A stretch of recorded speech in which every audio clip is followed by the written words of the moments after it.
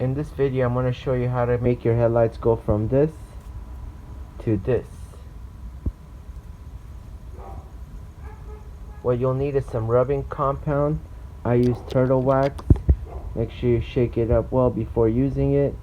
Some polishing pads I got from Amazon. And a drill. Put like 3 drops. You may need to polish longer than I did if your headlights are in worse condition.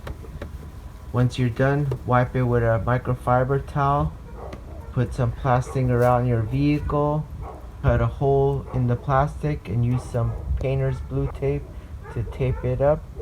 And this is McGuire's headlight coating, and it's supposed to keep your headlights looking nice and shiny for up to 6 months. Just spray on a nice coat. This will keep it from yellowing.